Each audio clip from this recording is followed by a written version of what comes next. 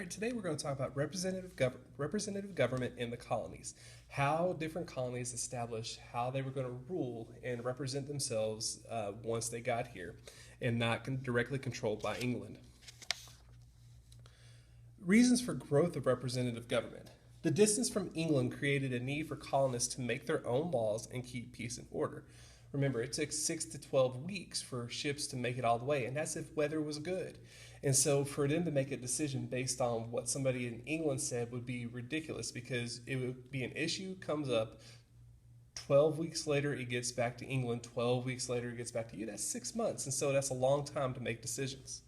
Colonists were accustomed to English traditions and structures, including rights of Englishmen or the English Bill of Rights. So they were accustomed to having their own way of doing things based on the precedents given to them back in England.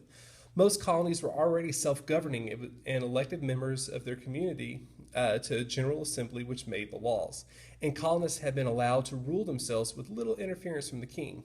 This was called salutary neglect, a neglect that benefited English rule.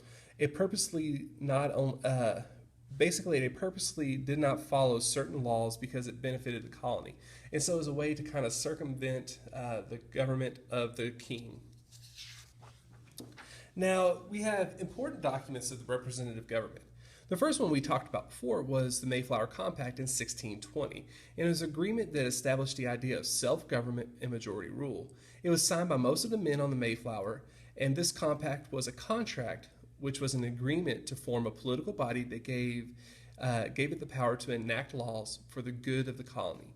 It provided a model for later development of representative governments in the colonies. So this was the first establishment here in the New World, and basically everybody followed suit once that happened. It was just a way for everybody to have an idea of what to set up, what was okay, and once they had that, they continued to follow through.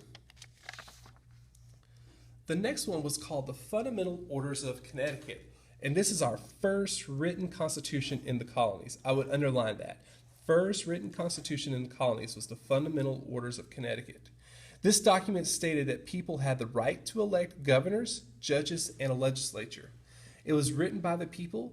The fact that it was written down gave it authority.